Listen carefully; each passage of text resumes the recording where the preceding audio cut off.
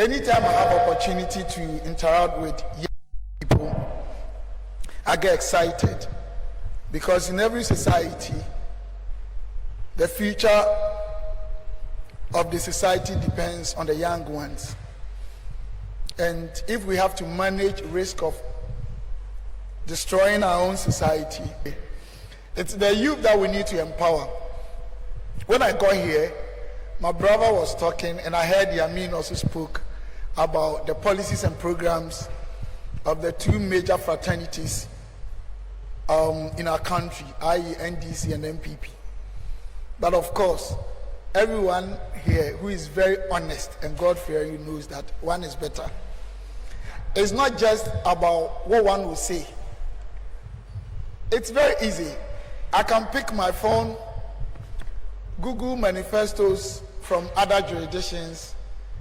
I'll just modify the vocabulary and come and tell you I'll do A, B, C, D. So it's not about even what you say. Our brothers waited for MPP, we in government, to come out with our manifesto. They did whatever they could, they brought theirs. Maybe they never even bothered to look at ours, or they look at ours and had to massage them. It could be anything. So I don't even believe in what people say, that what did you say about education? What did you say about agriculture? What did you say about the youth and employment? What I believe in is what is the proven record. Because it's very easy. They have had the opportunity to rule this country more than MPP. MPP also, we had opportunity to also rule this country.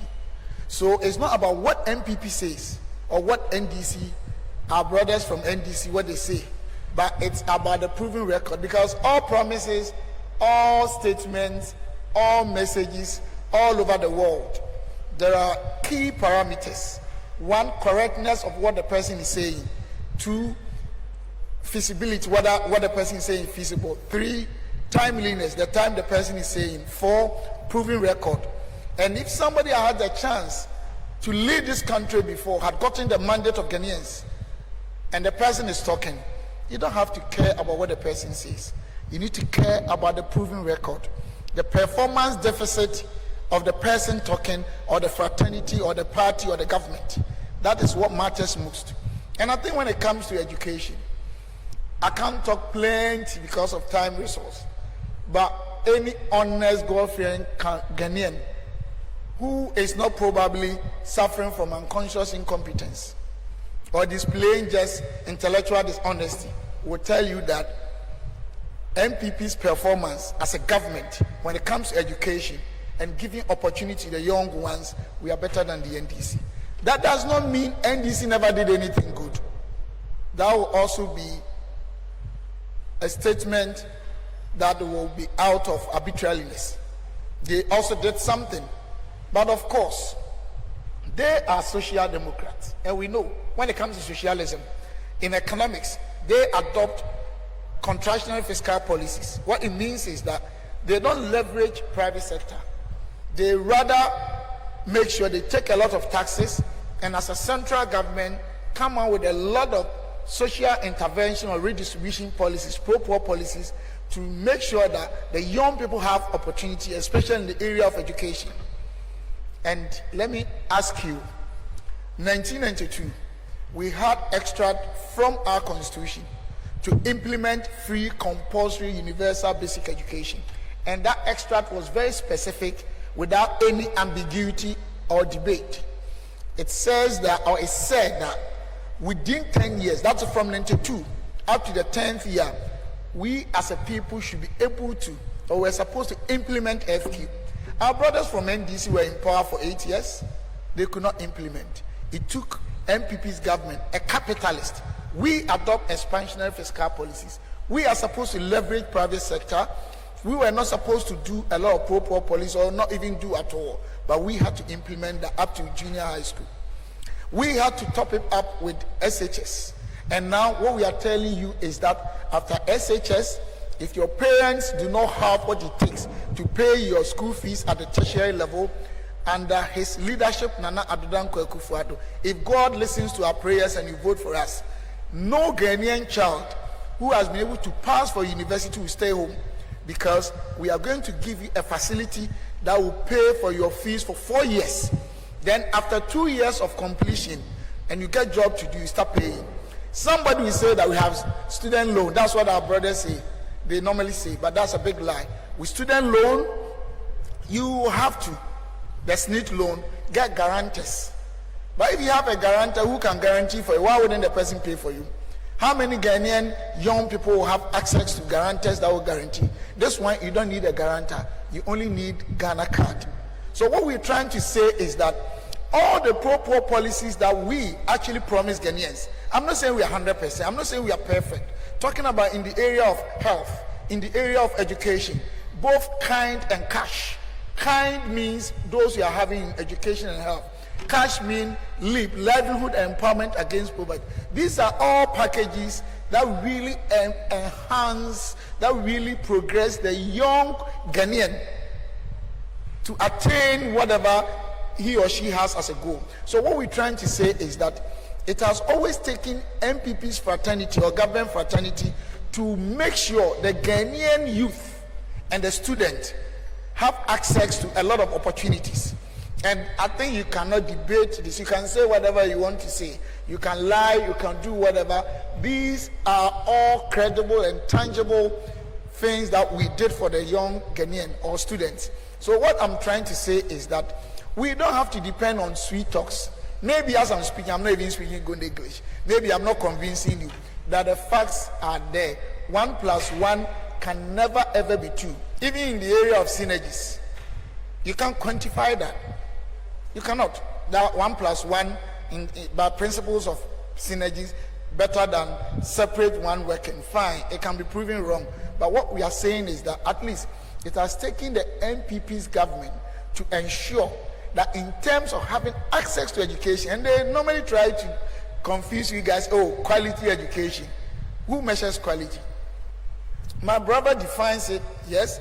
The other definitions, in simple terms, under strategic management, quality simply means equalizing expectation and perception.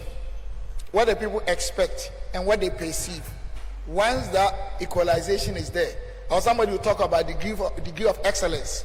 But let me ask you, if a government came and withdrew teachers' allowances, nurses' allowances, and another government came and replaced that, which of the two? Talking about SHS, our former president said publicly, in fact, without any ambiguity, mercy or anything for the youth, he said that free education, anything free is not good, and free SHS was not good, and that we shouldn't accept. He said that. But when he realized Ghanaians have been bought into it, he said, oh, we want to do it progressively free. That's not what we're talking about.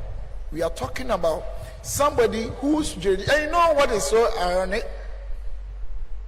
The education minister then is not a running mate, under whose jurisdiction sat down with the president at cabinet meeting to withdraw teachers and nurses allowances. So my brothers and sisters, you need to understand the fact that you cannot make arbitrary decisions and expect very good results. The future of every country is about the country's youth and the performance parameters. Simply education and health, well-being, and having education, because performance is a function of ability, opportunity, and motivation. You can only perform when you have ability. Ability comes as a result of education, having a skill, learning something, and then getting opportunity. And opportunities about jobs. 2012 up to 2016, as a result of trying to seek policy credibility from the IMF, Ghanaians were asked not to have any opportunity to access public health, employment, or something. We've been able to restore all these things. So what we are saying is that when it comes to education and its related factors or boundary factors, MPP's regime of fraternity at all times, it doesn't make us perfect. It doesn't mean NDC never did anything good, but the records are there. Amoah is a female, Kofi is a male. You can decide to say that Kofi looks so, it doesn't matter. That's one description. But what we want to say is that even my brother Yamin here knows that because of MPP's fraternity, whether you are called Adiza or Mustafa or Amoah or Owusu or Nilaye, whether you live, on a hill, rural areas, rich areas, poor zone, it doesn't matter. Somebody's regime is providing opportunity for you to have education. Whether it's good or bad, at least one day the child can become like former President Mahama or Nana Addo Dankwa. My parents are illiterate. My mother comes from a royal home, illiterate, cannot even write her name. My father died as illiterate, but I'm here. I think I'm not doing bad. I'm not perfect, but I'm okay. Education can actually give positive transformation. Mind you, NDC's transformation normally is scale factor -1 if you have done transformation before. So there could be transformation with negative scale factor. That means things are changing but going back. But our transformation normally comes with positive scale factor. I won't bore you with a lot of all these facts, but the fact of the matter is that when we are talking about, or if we are talking about aggregate performance, not specifics, because there could be other area that NDC did well than MPP. No problem. You are doing physics, chemistry, maths, geography, English, and the rest. And somebody gets 70%, and somebody got 34. But maybe if you pick fisheries, the person got maybe 60. What are you going to say? The fact of the matter is, if you're a good Christian, it's not only fornication that is sin. Even bitterness is sin. So the judgment you make, the things you say when you go to church and the mosque, ask yourself, are you being honest that somebody provided free education? Maybe yourself, your relative, somebody got it. It reduced, at least in a way, insecurity to some extent, because idle hands find something antisocial doing, and they are dysfunctional or inimical to the performance of the society or republic. And he said that you don't even care about all this. You still vote, and vote out of arbitrariness. You answer one day. Peter and Paul will wait for you in heaven. But what we are saying is that when it comes to education, MPP has always been better. Going to sit down. I'm ending with this. I came to KNUST the year 2000. The only school by then that was actually offering computer science, pure computer science, the whole Ghana was KNUST. Even Legon, they were not doing pure computer science. My class were about 114. We're having the whole school. This is not primitive age, just 2000. Computers were, I think, 11 or 12. Opposite this block, upstairs. So in our class, 10, 12, 13 to one monitor. So some of us that were not from rich home, not necessarily rich. My parents, by the grace of God, were having money, but they were illiterate. So my illiterate father, what would he do with computer? I had not even touched one before. So we're far from the monitor, our monitors, and the rich, the database will be sitting by it. 2-3 years of MPP in government, at least a class of 114 or 20. We were dividing ourselves into 2 groups. Each was having access to one computer. Down here, it was that period that most of the new developments on this campus happened. That was the time that we were building Hall 7. If you know that hall, is it Republic Hall? It was called Hall 7 because we're having 6 halls. And the hall was supposed to be public hall like other public halls so that it could be cheap for you. NDC took power and they had to translate it, convert it. I am telling you, they are social democrats, but we do the social stuff. They are not capitalists, and because of that, they can't do the capitalist stuff that we do. So please, anything that will provide opportunity for the youth to acquire education in any jurisdiction, whether in US or whether in Africa or anywhere, it is extremely important that we support that thing. They spend 8 years, give us 4 years to also get 8 years so that we can compare and will not always be treated with contempt. Just as Tony Blair said, 2006, that Africa has become a scar on the conscience of the globe because of education and illiteracy. Please, what I'm saying is that December is at the corner. It's about your future. Former President Mahama, His Excellency, he's better off with his family. Nana is better off with his family. Honorable Yami here, he's very, very rich. By the grace of God, I'm also not poor. I'm also okay. Maybe you are rich, but the poor young out there without education will pick guns and cutlasses, knives, and rob you and leave your riches. Let us support a cause that will expand opportunities for the Ghanaian youth to acquire education, better and proper education. In any case, the whole Central Africa, management of COVID, we are number one. The whole world, of course, we are third, beating even giant economies. NDC have been there, would have been like 127, and they know. And it's also affect education. Thank you so much. God bless you.